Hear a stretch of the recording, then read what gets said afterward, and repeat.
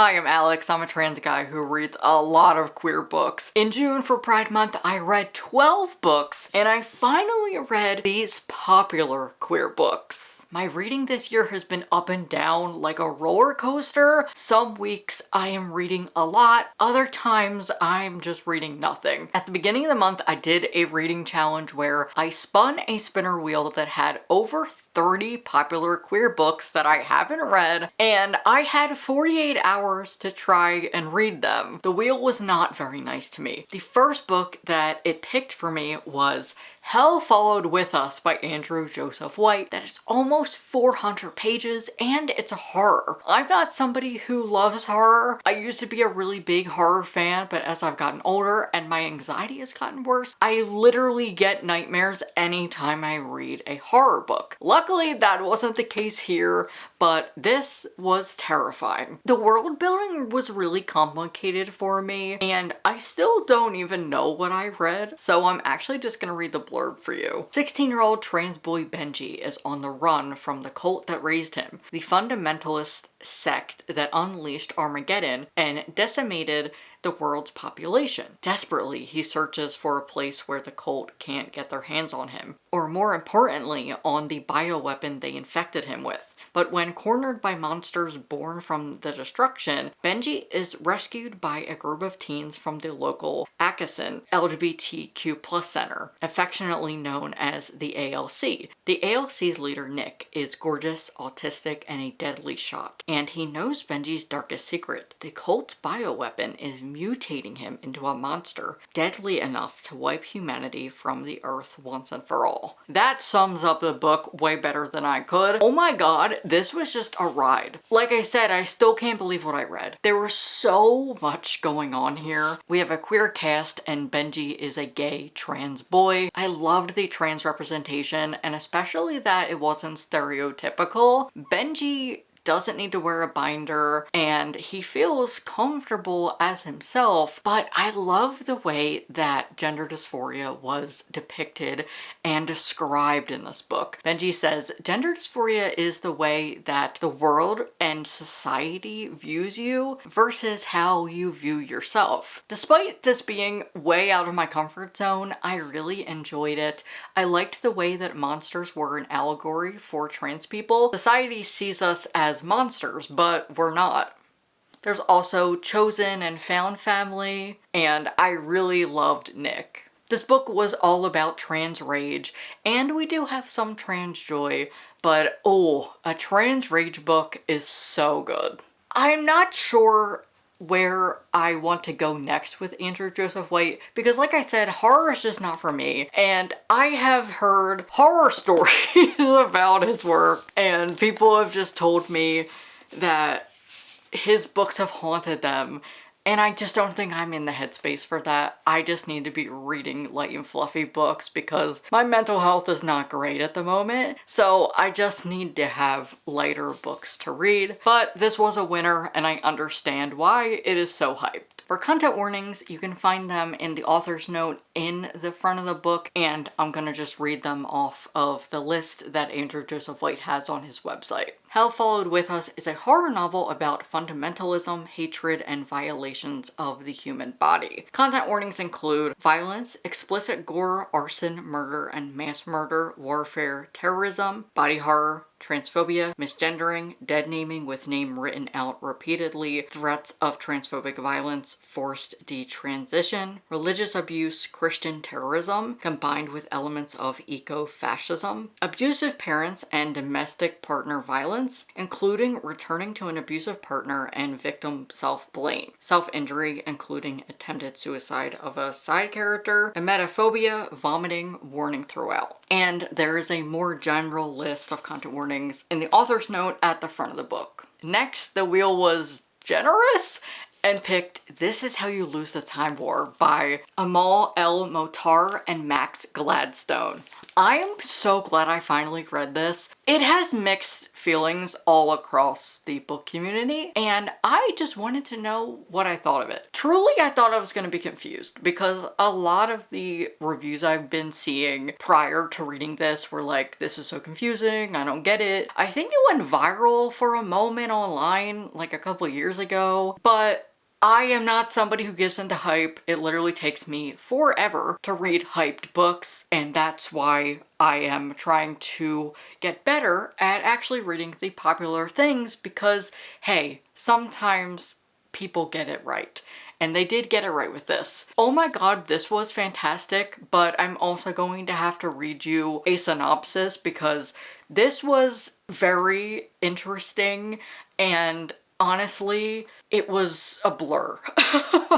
I can't even properly review it. I just thought it was phenomenal, the writing especially. But let me tell you what it's about if you are also like me and just had no idea what it was actually about. This Is How You Lose a Time War is an epic love story spanning time and space about two time-traveling rivals who fall in love and must change the past to ensure their future. Among the ashes of the dying world, an agent of the commandment finds a letter. It reads, "Burn before reading." Thus begins an unlikely correspondence between two rival agents hell-bent on securing the best possible future for their warring factions. Now, what began as a taunt, a battlefield boast, becomes something more, something epic, something romantic, something that could change the past and the future. Except the discovery of their bond would mean the death of each of them. There's still a war going on after all, and someone has to win. That's how war works, right? Yeah, this was phenomenal and it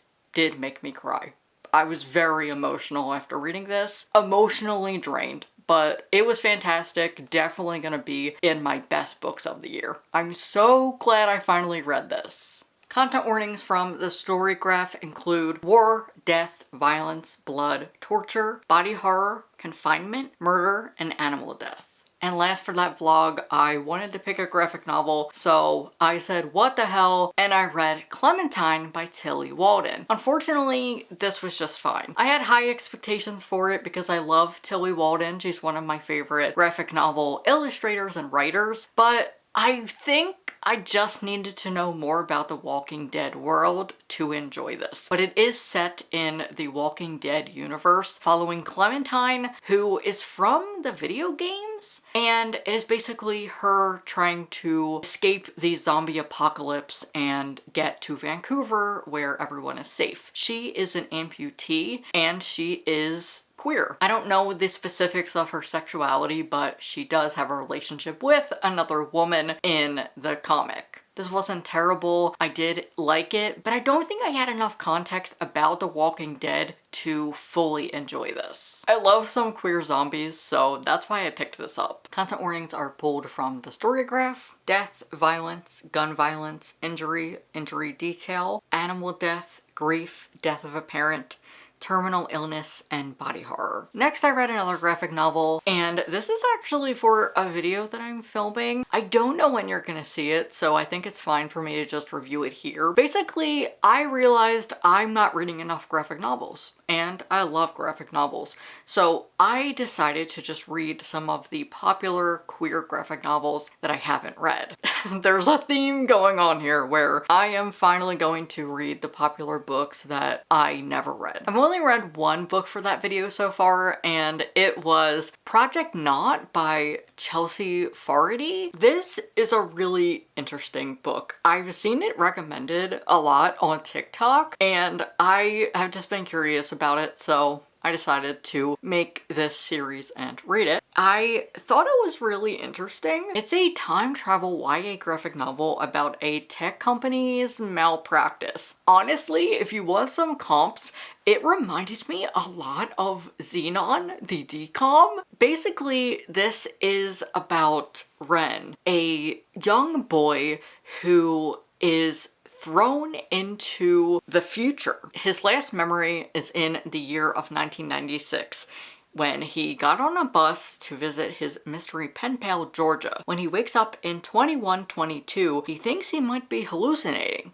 He's not. Tech conglomerate Chronotech sponsors a time travel program to help students in 2122 learn what the history was really like from real-life subjects who've been transported into the future, and Ren is one of them. In 2122, Ren's life in the 1990s is practically ancient history, and Ren's not sure how to feel about that. On top of it all, he learns that his memory will be wiped of all the things 2122 before he's sent back to the 90s. Adding to Ren's complicated feelings, he's forming a crush on his student guide, Mars. And when he crosses paths with the absolute last person he expected to see in the future, he has a bigger problem on his hands. What if Chronotech isn't the benevolent organization they claim to be, and he and his fellow subjects are in great danger? Ren didn't expect to be thrown over 100 years into the future for an exchange trip, but it's apparently what he signed up for. Yeah, this is terrifying. After I read it, I was like, no, this actually scares me, and I think that this could be real. New fear unlocked. Oh my god, I did not know that that's what I was gonna be getting myself into when I read this, because I've seen everybody hyping it up. And that's not saying it's a bad book. I thought it was a fine book. It was just so scary that I was like, I don't like this. But if you do want a time travel or adventure that talks about the tech industry, I did like this, and it has a queer cast, so I do recommend to pick it up if you're interested, but yeah, it's terrifying. Content warnings for kidnapping, confinement, grief, death, violence, medical trauma, injury/injury detail, and bullying. I'm also doing a video right now where I read Heartstopper. I'm rereading it, and then I'll read the last volume, and you'll have a vlog of that. So I actually read Heartstopper volume 1 and 2, but I won't be reviewing it here because that video will be a full review. So expect it to come out sometime this month. I also participated in the Queer Lit Readathon. This is a readathon created by my friend Kathy. It's biannual, and the whole objective is to read queer books. There is this fun bingo card that I try to fill out every single year, and you will either have had the Queer Lit Readathon vlog already out, or it'll be coming. So whatever happens, I will link it in the description. I was struggling for a minute to get bingo, but ultimately I did. For Rainbow Flag and Beyond LGBT, I read Sounds Fake But Okay by Kayla Kasaika and Sarah Costello. This was on audiobook. They are podcasters. Their podcast is called Sounds Fake But Okay. I loved the podcast element of the audiobook. I thought that was really fun. It helped me get to know their personalities more, and I think it was a better experience than having just read it physically. This was so informative, and I learned a lot. I don't know much about asexuality. It is something that I want to know more about, and this was a great first step because we have two women who are telling us their experiences, and they're also being knowledgeable and giving you some information. They do talk about the split attraction model. I just thought this was so informative. My mind was blown by this book. Basically, it talks about how to put on purple glasses and see the world through aspec folks' eyes and their lived experiences. It does focus on demisexuality and the aro ace experience, since those are the sexualities that both Kayla and Sarah resonate with. Kayla is biromantic demisexual, and Sarah is aro ace. There is more of an emphasis on how allo folks can be more inclusive and understanding when it comes to having aro ace friends or just friends who are on the ace spectrum, and just how as a society we can think more beyond being allo and just how we talk about sex. This book opened my eyes, and I think it was a great first step into asexuality. It's a mixture between informative and lived experiences. There's specific chapters that are touching on aspects of life like sex and friendships, relationships, etc. It does talk about like stereotypes and how family doesn't really understand. It does share information about the ace spectrum, and we have experiences from both women. I do want to add that they also add community comments, so you are also learning about how trans folks and black folks and even BIPOC folks experience the world. Content warnings for mention of HP and Twilight, discussions of gender dysphoria and how it affects sex, minor discussions about sexual content, not graphic. If you're enjoying this video where I review all of the books that I read for Pride Month, give the video a like and leave a comment. It helps me out so much. You can just leave a rainbow emoji or let me know what book was your favorite that you read in June. Liking the video and commenting helps push my video to more people and tells YouTube that people like me and they like this video. And if you are craving more queer books in publishing, I am trying to launch my own imprint through BINDERY. If I get enough monetary support, I will be able to launch my own imprint dedicated to publishing the queer and trans books I wish existed. But that dream only becomes a reality with monetary support. It is as low as $5. You get access to exclusive content every week. You can request a personalized book recommendation from me, and you'll have access to my private Discord. Free members get access to Discord as well. In Discord, I run a monthly themed book club. There is a theme each month. For July, it is water, and we just read a book based on the theme. I post discussion questions at the end of the month, and we answer them, and just everybody talks about what they read. It's been a success so far. I'm definitely going to be bringing it back next year, and I've had a lot of fun with it. If that sounds interesting to you and you want to help me out, I would appreciate any and all support. The link is down below. Now, back to the video. I wanted to read more about asexuality after reading Sounds Fake But Okay, so I ended up picking up the graphic guide, A Quick and Easy Guide to Asexuality by Molly Muldoon and Will Hernandez. This made me realize there's not a lot of nonfiction that isn't academic on asexuality. If there's anything that you think is beneficial for me to read that isn't academic, please leave it in the comments. I would love more nonfiction about asexuality, specifically like a memoir from somebody's experience.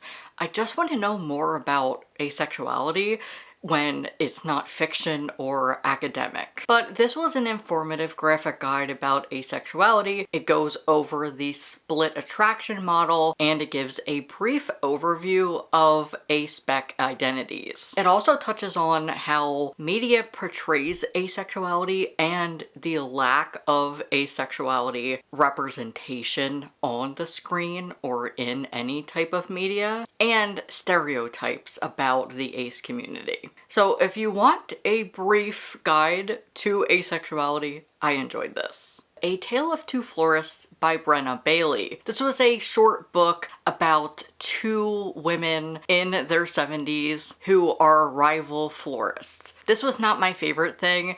I didn't like the writing, and I didn't like some of the choices that our main character Minnie was making. Basically, we have Minnie and Eleanor. Minnie has lived in town forever. This is set in British Columbia, and the town is called Juniper Creek. She has had her floral shop, Emily's Garden, for over 20 years. Eleanor is new to town, traveling all the way from Scotland to live in Juniper Creek with her daughter Vera and their grandchild Kat. Eleanor opens up her own shop selling more indoor plants, and she is known for writing a famous gardening book that happens to be Minnie's favorite book. Of course, Minnie is really upset about this because she's the only florist in town. I was really excited about the rivalry because having two elderly women who are both florists, having a rivalry is really fun. But the rivalry was really one-sided. Minnie is really upset about Eleanor, but she literally never talks to her about it, and she's just spreading rumors about her and being like, I don't like her, all because she opened up a floral shop. I said this in my video and I will reiterate it here. It's hard for me to review this because I don't want to frame it as people in their 70s can't be petty and shouldn't behave this way, because anybody can be messy and nobody is perfect no matter their age. but I just didn't like the way this was developed. Minnie was challenged on a lot of her comments and the rumors she was spreading, so I appreciated that. But this book fell flat for me, and the writing was really dull and clunky. If you don't care about any of that stuff and you just want to read about elderly women who are feuding and a small town romance, I do recommend to pick this up. I just wasn't a big fan of it, but that doesn't mean you won't. Content warnings for grief, loss of a loved one, and parent in the past. Next, I picked up Self-Made Boys by Anna Marie McLemore. Ever since I've read Most Ardently, everybody has been telling me to read Self-Made Boys, and you were right. I read the physical copy in tandem with the audiobook. The audiobook was narrated by Kyla Garcia and Avi Roque. Avi is the narrator of Cemetery Boys. I love their work. New York City, 1922. Nicholas Caraveo, a 17-year-old transgender boy from Wisconsin, has no interest in the city's glamour. Going to New York is all about establishing himself as a young professional, which could set up his future and his life as a man and benefit his family. So this is a T for T Great Gatsby retelling between Jay Gatsby and Nick. In this universe, he's Nicholas Caraveo. I have never read The Great Gatsby, so I cannot tell you any other details about the retelling. If it was exact, if it's good, if it's not. From the perspective of somebody who has never read The Great Gatsby, I thought this was really well done and good as a retelling for me to follow along. I didn't feel like I needed to know the material in order to enjoy it. This is very queer, and we have Mexican-American representation. It talks about colorism and lavender marriages. This is definitely not a lighthearted book because there are very heavy topics, but I just loved the way that this was developed. The story was incredible and the social commentary as well. I thought this was a perfect book. I did not have any flaws at all, no comments. I thought this was amazing. And now I just need more trans Great Gatsby retellings. I've been having so much fun reading these retelling remixes because I love getting to see trans people existing in every aspect of life, especially when it comes to historical fiction. Content warnings for racism, colorism, classism, domestic violence, cheating, minor sexual content, and alcohol. Next, I read Cleat Cute by Meryl Wilsner. This was the same situation. I had the physical copy from my library, but I have since returned it, and I had the audiobook from Libro FM. The audiobook was narrated by Dana Varden and Zim Avodrates. I'm beginning to understand why everyone loves Meryl Wilsner. This is a sapphic soccer romance between two women, Grace, who is 26, and Phoebe, who is 22. Phoebe gets onto this big soccer club, hoping to be able to play in the World Cup. She and Grace end up meeting. Grace was actually her role model as a kid, and she has posters in her house of Grace. Grace is not happy about Phoebe. She is a jokester and she just is full of joy. But Grace has lost that. She is just very serious and dedicated. She also has an injury that she is trying to play through. This is the epitome of a rom-com. We have Phoebe, the jokester and just joyous woman who wants to make it to the World Cup. She's so grateful for the chance to be on this big soccer club to be able to play in the World Cup. Grace is 26 and she has been breathing soccer her whole entire life. She is very famous, but as the two grow closer to each other, they end up having a friends with benefits situation. Or teammates with benefits, since this is soccer. Oh my god, I'm obsessed with this book. I am so glad that I finally read it. I understand why it's so popular. It also has neurodivergent rep. I said this in my vlog, but I'll mention it here as well. If you liked The Charm Offensive and you wish it was sapphic, this is it. This is a sapphic neurodivergent soccer romance, and it was incredible. It's everything that I could have wished for. And again, I understand why it's so hyped. I'm so glad I finally read it. And it's definitely going to be something that I'll reread again. Phoebe is undiagnosed ADHD, but towards the end of the book, she realizes and comes to terms with this diagnosis. And I don't believe it's said on the page, but it can be inferred that Grace is autistic. Content warnings for sexual content on page. There's multiple scenes of sexual content in this book. Injury and injury detail, ableism, toxic relationship, alcohol, classism, panic attacks, and vomit. And my final book that I read was a novella, Loading the Machine Child by T.T. Madden. This was such a weird book. I had to complete bingo with shorter than a novel. That is what I needed to get the second row of the bingo card for the Queer Lit Readathon. I ended up reading this weird novella. We follow Abby, a black trans femme YouTuber and streamer. She reviews games and she streams games. I thought that was so cool. She has ADHD and anxiety, and honestly I would say that this is pretty much a horror book. So one day Abby gets a mysterious package sent to her house. She's like, it's probably PR or something like that, since she is a YouTuber and streamer. But when she opens the box, there is a VHS, and it's for this game Polybice that is actually from 1981, and it's an urban legend. The legend is that people who have played this game saw hallucinations. As somebody with anxiety, yeah, that would be terrifying to have that come to my doorstep. But she plugs it into her device and she thinks she must solve the mystery. Of course, that's probably why this was sent to her. Honestly, she's braver than me, because as somebody with anxiety, I don't think I would touch that at all. I would just be like, no, return it back to the sender. I don't want any of this, please. I don't want to have to deal with this. But I understand being curious. So then she ends up in Portland and is just trying to figure out why this box was sent to her. If you want weird fiction and are looking for more books with trans femme characters, especially black trans femme characters, I really enjoyed this. It was super weird, but a fun read. If you're looking for a short book and you like horror, I recommend this. Content warnings for internalized transphobia, gender dysphoria, and anxiety. Those are the 12 books that I read for Pride Month. What was your favorite book of Pride Month? What did you read? If you enjoyed the video, give it a like and leave a comment. It helps me out so much. It just helps YouTube know that I'm here and pushes my video to more people. Thank you so much for watching, and special thank you to my top members on Patreon and Bindery. I have gained so many more subscribers on Bindery, and I just want to sincerely thank you for helping me try to achieve my goal. It is my dream to launch my own imprint to publish the queer and trans books I wish existed. There are so many more books that we need. I need more trans Great Gatsby retellings. What if I could publish one myself? That would be amazing. So if you want to help me out with that, the link is down below. You can become a free member for now, but all monetary support helps. If you'd like to watch more YouTube things, you'll like this video, and you can subscribe there. Bye.